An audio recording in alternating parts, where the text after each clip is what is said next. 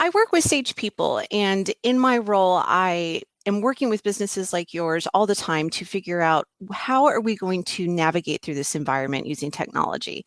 And I love what Steve was saying in his presentation about how we have to create these structures for productivity where we're taking into account what is currently going on in the world.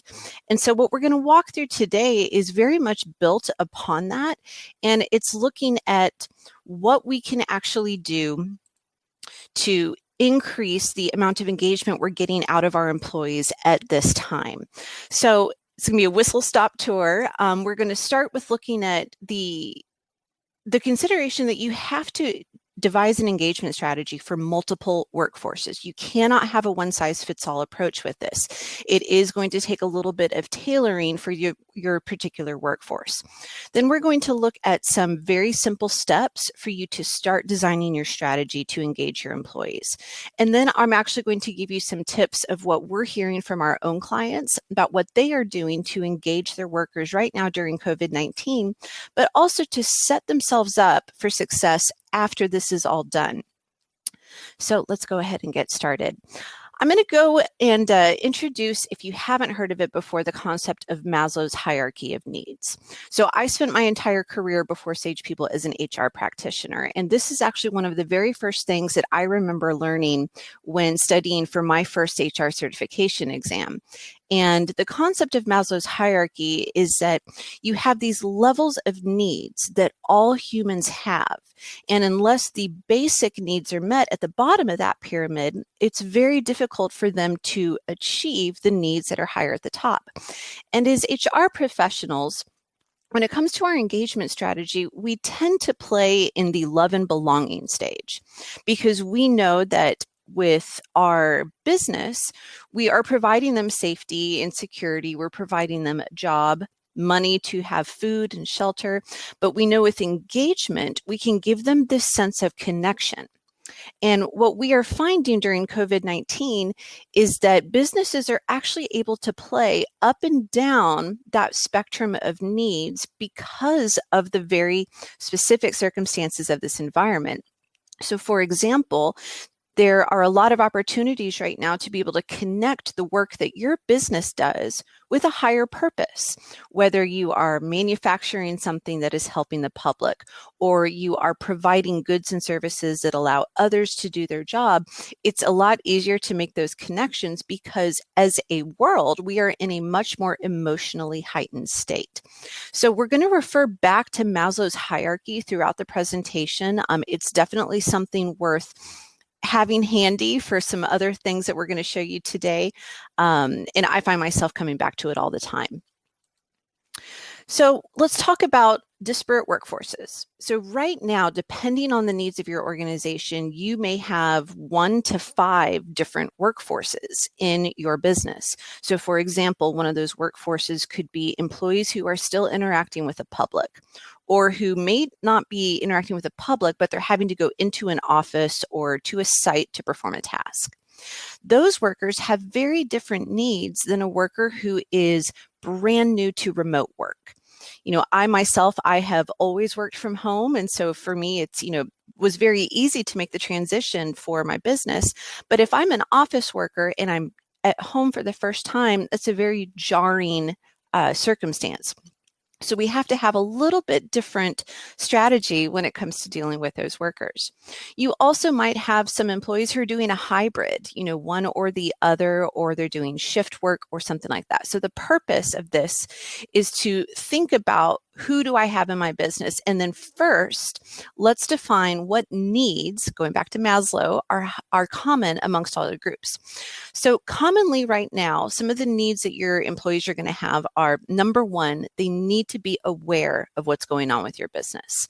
This is definitely the time where any sort of ambiguity or this feeling of vagueness is going to be very distressing to your employees. And they need to understand exactly where they stand and what is going on with the company. And if you can have some mechanism to be able to either on a consistent basis push out messaging, or at least have maybe a microsite where you have contact us if you have questions, just so there's that open communication about the business status. We found that to be very successful.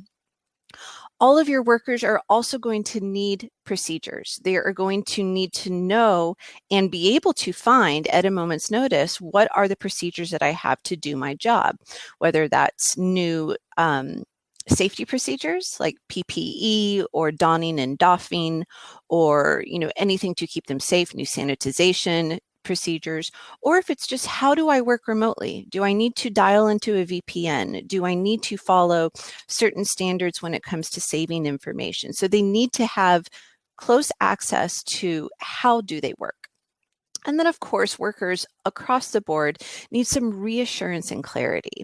They need to be reassured that the company has their best interest and that they are doing everything they can to do the right thing. And then finally, all workers need that recognition and sense of self. So when you are working with the public and quite literally being in a dangerous situation, you need the reassurance that you're not doing it for naught, and that you are actually there and you are valued by your employer. If you are at work, you need reassurance that I'm okay, I'm doing my job well, and I can still prove my worth even though my boss cannot see me on a daily basis. So when you are devising your actual engagement strategy, what I would love for everyone to do is get a piece of paper out or an Excel file or however you'd like to work. And first, let's define what are my employee groups. Next, we'll devise what are the common needs across all groups. And then the next part of the exercise looks something like this. So this is an example of an engagement needs analysis. And you'll notice we have something for needs in the right-hand column, and then we have thoughts and feelings in the other. Now, thoughts and feelings and these more emotional concepts are things that in HR we either tend to gravitate towards or we go away from because they're uncomfortable, and it's the okay, let's say softer side of HR. And this is a time though where we need to dig in, because with a successful engagement strategy, your goal is to meet the needs of your employees by addressing the thoughts and feelings they're having. So let's take an example. If we look at public-facing employees, actually, and workers who are newly remote to the workforce, they are both concerned about childcare, which is something Steve actually mentioned as well. And they're worried about their future. So when you are devising communications that go out to these workers, what they need is access. They need either some solutions that you have for them, or information that is going to give them some access to a benefit or whatnot. And by providing that and calling it out as saying, I know you're worried about this, so we have done this. So it's addressing what they're feeling, and it's giving them a potential solution or an avenue to actually get those things. So with traditional engagement models, historically, we tend to look at what does the employer need? As a business, what are my needs? I need my workers to be productive. I need them to be invested in what they do, and I need them to come to work X many hours a week. That's for example. So the challenge when you are devising an engagement strategy in a crisis situation is that that strategy needs to be based not on what does the employer need, but what does the employee need? Because right now, if your employees do not come to work, and if they are not engaged in what they do, you are going to have a huge risk to your profitability. So we kind of have to flip the script for a little while we're in the crisis situation, so that we can ensure that our employees are able to come to work and are engaged in doing so. So let's look at a couple more examples within this chart for what workers might be thinking, feeling, or needing.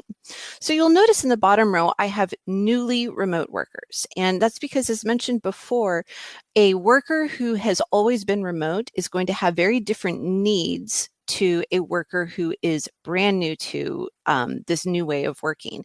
And we are hearing from clients that a lot of workers these days are there's a feeling of disconnection of, I don't know who I am anymore. I don't know how to be visible. And this feeling of isolation, especially if it's an individual who might be living on their own and they don't necessarily have people with them all the time. So we get this interesting blurring of the lines between work life and social life as work actually starts to take a much more higher precedence to an individual than social, because it is the most visible thing to them.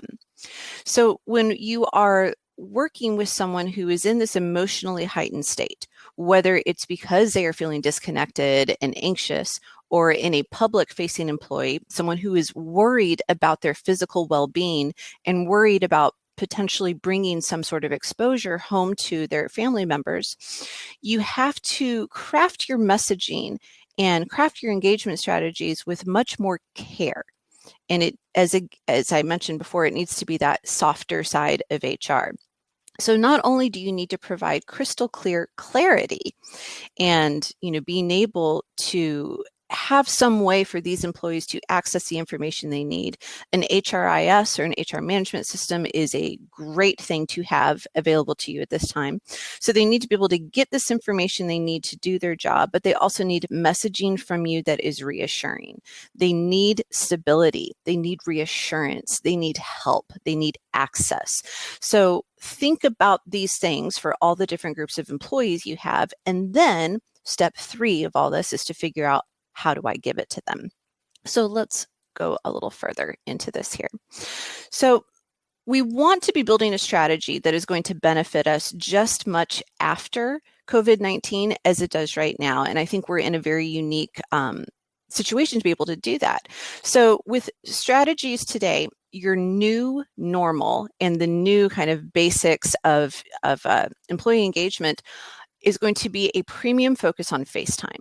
Now, whether that is face-to-face or on video like we are today, I heard a wonderful quote the other day that said, if you are on video, it is impossible to multitask, which is very, very true. Any of you who have been on video chats know that you can't be answering emails on your other screen or, cooking a meal or something like that. You have to be present. And so whether you're using video or a socially distanced face-to-face chat, that's connection right there. And so you are a surrogate for actual physical interaction these days. And so that video cannot be underestimated. So make sure that in your strategy, you are allotting for what is going to be in person or, in video, and what is going to be just pushed out communication. The second basic is that you need to have regular leadership communication. We've seen a lot of clients have success with doing a rotating blog post from various senior leaders because it's showing that those leaders are just as engaged and just as interested in what's going on as the workers are. And this is a great time to experiment with vulnerability. And when you are on a video call like we are right now, and if you were to see, the dogs run in and everything goes amok, there's a level of vulnerability that you are, a leader, and yet you are showing that you are human too.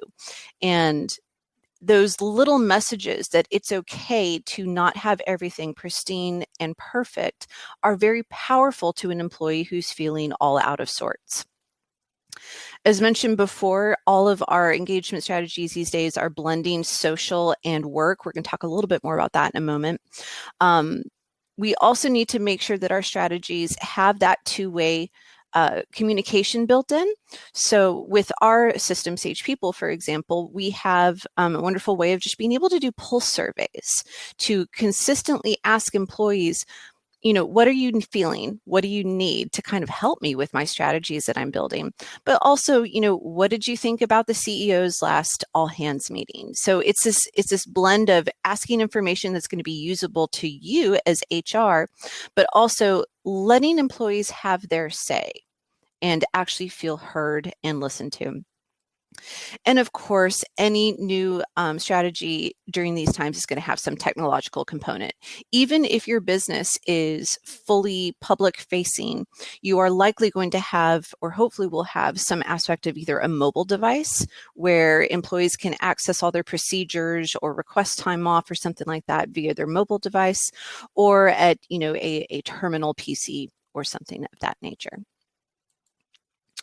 So taking the first steps. So we know the basics where we need to have that leadership communication, a face-to-face element, two-way communication, etc. So the very first steps that you should look at doing if you're not already with a COVID-19 engagement strategy is establish ground rules for work-life balance. It's very easy for us to be on at all times. As I'm sure you've seen, the sun has been rising as we've been discussing. And so setting some boundaries with your employees to say, okay, I might be emailing you when it is, 8 p.m., but I do not expect a response. Or having them actually see that, the CEO takes a day off. Having ground rules that say, we know that you might be tempted to work outside hours, but that's not our expectation. You need to have that boundary. You also need to have an element in your engagement strategy of how do we work? And a big component of this is going to be ergonomics. So making sure that they know how to set up their home office. We've seen a couple vendors out there who are doing online ergonomic assessments where they will do a video chat like you and I are, and they will ask the individual to hold up a tape measure so that they can see how far away is the monitor or their keyboard and give some good advice on how to retrofit their workspaces, as we don't want to create issues for when employees return to work, and we don't want to be creating any medical issues because of a poorly designed office space. Ergonomics are actually a kind of important part of your engagement strategy, especially when you're dealing with remote workers. There's also this concept I love, which is a very easy one for you to use, called 20-20-20. And this refers to limiting eye strain. So every 20 minutes, stare at least 20 feet in the distance for 20 seconds. So you could set up a little calendar reminder a couple times a day that goes out to all employees to remind them to do 20-20-20. And it's something that is showing you are caring. It's that emotional component, but really you're doing it to benefit your workers and ultimately your business. We have seen some clients do a allowance for ergonomic materials, which I found very fascinating. I also had one client who used their system to do a survey with employees and say, okay, what can you use at home, or what have you used at home in your home office setup? And the one that I loved the most is someone had used a bag of rice for a wrist rest for their mouse. And so allowing this kind of creativity to come forward, but actually benefit your workspace, is a great engagement tool. Of course, setting up peer groups and social groups has become very important. Even better if you have a technology resource like a Microsoft Teams or Slack, where employees can set up their own groups. But we've seen, book clubs. I love the one, home weightlifters. So if you love to do your boot camp at home, find someone else in your business who likes doing it. We actually had one client who, there's a lot of individuals who love yoga. So they used our system to live stream a yoga class from the system so that their employees who enjoy doing yoga can do it all together at the same time. So think, kind of outside the box about what can you do and how can you do it. And of course, capitalize on individual strengths. This is something that both of the previous speakers have mentioned, but keeping a positive tone and focusing on what do people do well and maybe highlighting that is another great strategy. Okay, so we're going to wrap up with some ideas from the field. So these are things that we have seen clients do to engage with their workers during COVID-19, and they're things that we can take away for the future. So, of course, theme days seem to be very popular, whether it's, a fancy dress Friday or, some sort of, bring your pet to work where your pets are actually out there with you, have been very popular. Another one that I love is the Inbox Zero Challenge, doing some sort of game or any kind of gamifying work, such as saying, okay, who can get their inbox to zero? It's going to help with productivity because you're actually probably going to have workers go through things that they need to get out of their inbox and actually use. But it's also a very nice feeling of accomplishment for the employee. Doing a philanthropy brainstorm where you try to work with your employees to say, what can we do to benefit the world in this current climate? It goes to that pinnacle need of self-actualization in Maslow's hierarchy when you can connect your work that you do to a higher purpose. Company-sponsored memberships have been very popular. These are things like providing a company membership to Headspace, which is online meditation, or maybe it's a online class, a wellness class that you can do. Have also been things that we've seen a lot of companies do. And then, of course, use your network. Make sure that you're interacting with your peers. Ask what they're doing. If you have a vendor for an HRIS, ask them to connect you with others in the industry so that you can share ideas. So I'll leave you with this little thought. The secret of change is to focus all of your energy not on fighting the old, but on building the new. And what's important to think about is this is a time for you to reinvent how you interact with your employees. Who do you want to be as an employer? What is the brand of your employer that you want your employees to feel? How do you want them to think about you? And how do you want to work with them going forward? Because after COVID-19, things are going to be very different. We're probably going to have a completely different workforce makeup. And so setting these things up now that are going to last well into the future is going to be very beneficial. So I hope you've enjoyed the presentation. We do have a Q&A coming up. And then please, if you haven't already but would like to, feel free to visit the Sage People booth in the expo hall.